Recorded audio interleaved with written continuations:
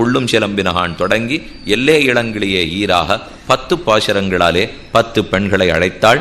அதில் இன்று முதல் பாசுரம் பாகவத திருப்பள்ளி எழுச்சி பாசுரம். புள்ளும் சிலம்பினகான் புள்ளரையன் கோவிலின் வெள்ள வெளிசங்கின் பேரரவம் கேட்டிலையோ பிள்ளாய் எழுந்திராய் பேய்முலை நஞ்சுண்டு கள்ளச்சகடம் கலக்கழிய காலோச்சி வெள்ளத்தரவி துயிலமர்ந்த வித்தினை உள்ளத்து கொண்டு முனிவர்களும் யோகிகளும் மெல்ல விழுந்து அரியன்ன பேரரவும் உள்ளம் புகுந்து குளிர்ந்து ஏலோர் எம்பாவாய் என்கிறது இன்றைய பாசுரம்.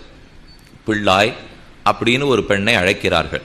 பெண்ணை பார்த்து பிள்ளாயின்னு அழைப்பாளன்னா நாம பிள்ளைன்னா என்னமோ ஆண், பெண்ணுன்னா பெண்ணுன்னு நினைச்சுட்டு இருக்கிறது அல்ல. பிள்ளைங்கிறது சிறுவள், சிறுமியாகவும் இருக்கலாம் சிறுவனாகவும் இருக்கலாம். அறியாத்தனம்ங்கிறது பிள்ளைத்தனம். உள்ள படுத்து கிடக்கிறவளுக்கு அறியாத்தனம், அதனால பிள்ளைத்தனம் படைத்தவளேன்னு அழைக்கிறாள்.